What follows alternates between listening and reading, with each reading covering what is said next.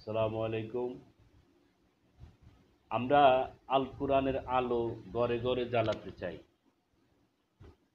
অথচ এই আল কোরআন আমাদের অন্তরে সঠিকভাবে আমরা জ্বালাতে চাই না। আমরা মুখস্থ অনেকগুলা সুয়া দোয়া সূরা দোয়া আমরা জানি, তসবিহ তাহলিল, কিন্তু এর কোনো অর্থই জানি না। অর্থ না জানার কারণে আমরা এটার কোনো মর্মও বুঝি না। তা আসুন, প্রকৃত অর্থে আমরা আমাদের অন্তরে কোরআনের আলো জ্বালাই। ছোট্ট একটি সূরা আন-নাসর।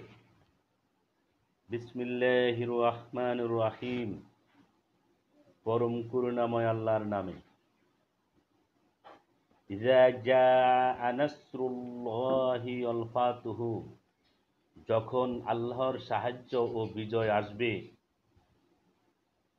ওয়ারাইতান নাসা ইয়াদখুলুনা ফি দীনিল্লাহি আফওয়াজা, আর তুমি লোকদেরকে দলে দলে আল্লাহর দ্বীনে দাখিল হতে দেখবে। ফাসাব্বিহ বিহামদি রাব্বিকা ওয়াস্তাগফির ইন্নাহু কানা তাওয়াবা, তখন তুমি তোমার রবের প্রশংসা তাসবিহ পাঠ করো এবং তার কাছে ক্ষমা চাও, নিশ্চয়ই তিনি তওবা কবুলকারী। এই সূরায় আল্লাহ তাআলা বলছে বিজয়ের সময় আমাদেরকে আল্লাহর কাছে তওবা করতে বলছে, তওবা করতে, ক্ষমা চাইতে বলছে যখন বিজয় আসবে।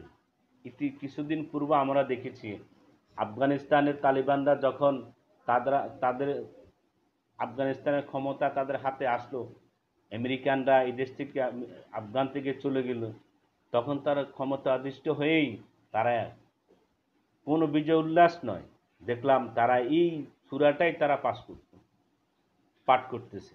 অথচ আমাদের দেশে কোনো বিজয় হইলে, কোনো আনন্দ উৎসব খেলাধুলা দেখি, গান আর গান, বাজনা আর বাজনা, কি যে অবস্থা! অথচ আল্লাহ তাআলার শিখানো আদব কায়দা কৃষ্টি কালচার আমাদের মধ্যে নাই। কি করে আসবে? আমরা তো জানিই না কি করতে হবে। আল্লাহ আমাদের সবাইকে জানার তৌফিক দান করুন। আমিন।